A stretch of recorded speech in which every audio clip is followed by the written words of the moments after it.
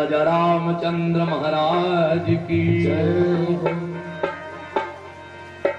ये पूतना भगवान विचार कर ही रहे थे कि मैया यशोदा ने प्रभु को उठाया और पूतना की गोद में दे दिया। मैया यशोदा का गोद में देना समझे हम आप। और उसी समय एक गोपी ने आवाज लगा दी, अरे यशोदा मैया,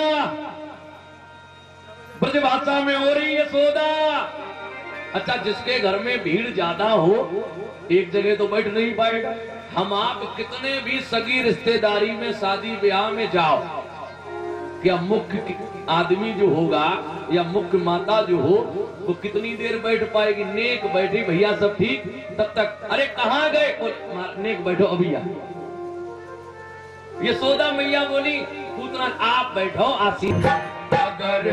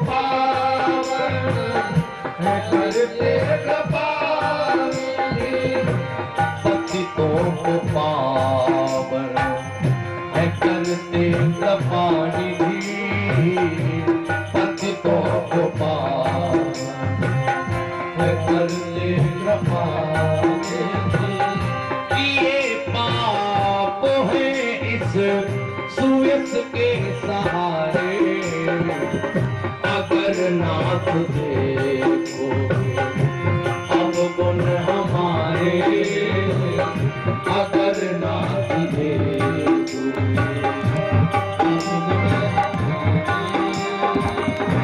तो कैसे भव से लगेंगे किनारे, अगर नाथ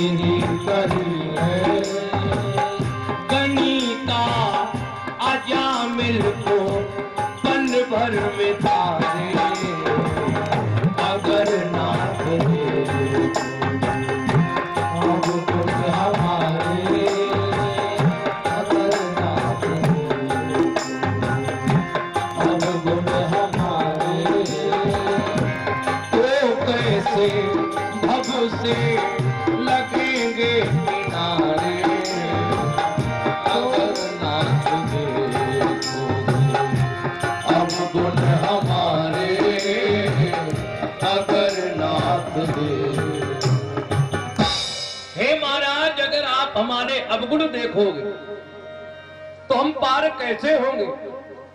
पूतना के अवगुण नहीं देखे, ताड़का के नहीं देखे, अजामिल के नहीं देखे। ये कथानक कथा का विषय अलग है। हम भक्त हैं, प्रभु हम पर कृपा करते रहो। थोड़ा बहुत पाप अवगुण सब में होता है, हमारे अवगुण मत देखो महाराज, केवल हमारी भक्ति को आप देखो। गोद में प्रभु लेटे, भागवत रहस्य में संत श्री डोंगरे जी महाराज कहते हैं, पूतना के पूर्व जन्म को याद किया इसलिए आंखें बंद कर ली, वो बात अलग है। एक प्रमाण मैं दूं, सुखदेव जी बोले राजन परीक्षित, भगवान ने नेत्र इसलिए बंद किए कि प्रभु ने विचार किया पूतना हमें जहर पिलाने आई है। और हमने कभी जहर पिया ही नहीं। हमने तो मंदिर में बढ़िया माखन मिश्री पकवान खाए हैं। अच्छा बताओ, भगवान के लिए जहर का भोग कोई लगाता? बलराम भैया, तुमने कभी मंदिर में जहर का भोग लगाया? मिश्री लगाई, बढ़िया पेड़ा लगाए, रबड़ी लगाई, माखन लगाया भोग में। हमने कभी जहर पिया ही नहीं, किसी ने विष का भोग लगाया ही नहीं। अब विष पीने वाले कौन है?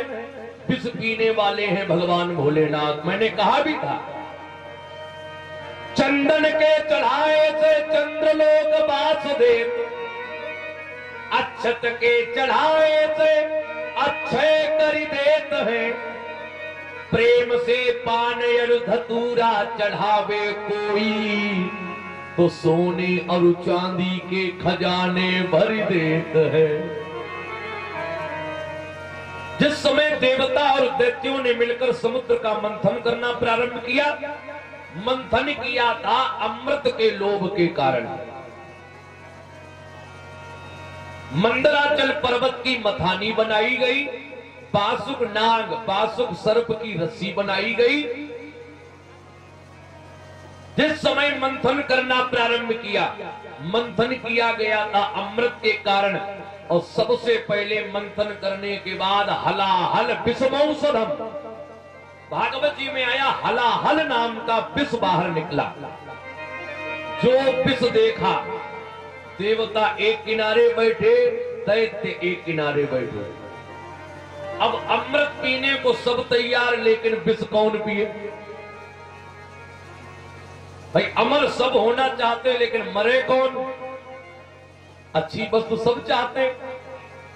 अच्छा ये बताओ, अपने यहाँ प्रसाद बंटता है आरती के बाद, देखो बच्चे बाजी बाजी बड़े बूढ़े हमने देखे, जहां हाथ में प्रसाद ले लो, पीछे लाओ मुंह ला, बाजी बाजी मुंह में भरे। हर जगह में देखता हूं। अच्छा मीठा प्रसाद, अच्छा प्रसाद बट रहे, हम आप दो दो चार चार बार लेना चाहते हैं। और कहूं मीठे की जगह नीम की पत्ती बटन लगे प्रसाद में, सही बताओ कितने लोग लिए? अरे बोले कहां जहर। अब अमृत, वही हाल देवताओं का, वही दैत्यों का। अब अमृत सब पिए, लेकिन विष कौन पिए? तो सब अलग हट गए। भगवान नारायण ने विचार किया, विष बाहर निकला है तो किसी ना किसी को तो पीना पड़ेगा, किसी ना किसी को पीना पड़ेगा।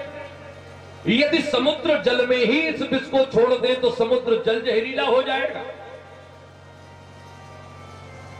पृथ्वी के भाग पर विष को छोड़ेंगे तो पृथ्वी का भाग जहरीला हो जाएगा। लेकिन अब करें क्या है? नारायण भगवान बोले विष कौन पिए? तो बोले चलो हमारे संग। सीधे पहुंचे भोलेनाथ के पास। आशुतोष, इनके बराबर तो कोई सीधा है ही नहीं। आशुतोष प्रभु अब ढरदानी, आशुतोष प्रभु अब ढरदानी। जिस समय दशरथ जी की मृत्यु घड़ी आई, शंकर भगवान का स्मरण किया, वहीं पर ये लिखा हुआ है, आशुतोष प्रभु अब ढरदानी, आशुतोष प्रभु अब ढरदानी। आरती हरहु दीन जन जान, आरती हरहु दीन जन जान, आरती हरहु दीन जन जान। सब पहुंचे। भोलेनाथ बोले संसार के भले के लिए यदि विष पीकर हमें मरना भी पड़े तो हम तैयार हैं, इसीलिए तो नाम भोले है। एक संत बोले, अंतर कथा में आया, मैया पार्वती बोली भोलेनाथ आपको मैं रोक तो पाऊंगी नहीं, लेकिन इन देवताओं से पूछो ये जहर जो भोलेनाथ को पिलाना चाहते, हमारे भोलेनाथ मर जाएं और तुम सब जीवित बने रहो। देवता मुंह लटकाए कि बात तो सही है। जो भवानीपति पहुंचे समुद्र के तट पर, विष का पात्र हाथ में लिया, और विष पात्र हाथ में लेकर कहते, आओ प्रभु स्वीकार करो, तदीयम वस्तु गोविंदम तुभ्यमेव समर्पये, गृहान सम्मुखो भूत्वा प्रसीदत परमेश्वर। आओ प्रभु। एक संत बोले, भोलेनाथ की बड़ी खराब आदत, जहर का भी कोई भोग लगाता, विष का भोग लगा रहे। दूसरे संत ने उत्तर दिया कि जब खाने के लिए पीने के लिए जहर ही प्रभु ने दिया है तो भोग लगाने के लिए अमृत कहां से ले आए। अच्छा, हम ही आप निर्णय करो, खाने पीने को रूखा सूखा मिला हो, नमक रोटी जैसे तैसे मिल रही हो मेहनत मजदूरी के बाद, और कोई कहे कि हलवा पूरी का भोग लगाओ तो कैसे लगे? जो है वही तो भोग देंगे। तो भोलेनाथ को मिला है जहर, तो अमृत कहां से ले आए? तो जहर का ही भोग लगा दिया, आओ मेरे प्रभु। और जब भोग भगवान का लगा दिया तो वो विष नहीं रहा। कैसे? हम आप पेड़ा का भोग लगाए भगवान को, बर्फी का भोग लगाए, खीर का भोग लगाए, पूड़ी का भोग लगाए, पिटौआ पुआ का भोग लगाए, लेकिन भोग लगाने के बाद कोई ये कहता है कि लो पिटौआ ले लो, कोई ये कहता कि लो पेड़ा ले लो। क्या कहते? प्रसाद। नाम नहीं रहा भोग लगने के बाद, न खीर है, न पूड़ी, न पिटौआ, न बर्फी, न जलेबी, न दही, न माखन, न दूध, वो प्रसाद हो गया। बताओ, चरणामृत को कोई कहता लो दूध ले लो, मीठो दूध, कोई कहा चरणामृत, क्योंकि भगवान का बनाया हुआ पंचामृत चरणामृत भोग लग चुका, वो प्रसाद है। तो जब भोग लग गया तो वो जहर नहीं रहा, वो हो गया प्रसाद। और बताओ, प्रसाद से किसी की मृत्यु होती हो तो भोलेनाथ कैसे मर जाए? जो पात्र ऊपर बढ़ाया, एक ही घूंट कंठ तक गया तो मानो विष का असर हुआ। भाई जहर तो असर दिखाएगा, तो मानो विष का असर हुआ। नारायण भगवान ने सोचा, अगर कहीं भोलेनाथ की तबीयत भी बिगड़ी तो पूरे संसार में बात फैल जाएगी कि भोग लगाया और प्रसाद से तबीयत कैसे बिगड़ गई। तासे पड़ गया कंठ नीला शिव का, तब नीलकंठ शिव नाम हुआ। पड़ गया कंठ नीला शिव का, तब नीलकंठ प्रभु नाम हुआ। पड़ गया कंठ नीला शिव का, फिर नीलकंठ शिव नाम हुआ। पड़ गया कंठ नीला शिव का, फिर नीलकंठ। बोले नीलकंठ भगवान की जय हो। नीलकंठ नाम पड़ गया और भोलेनाथ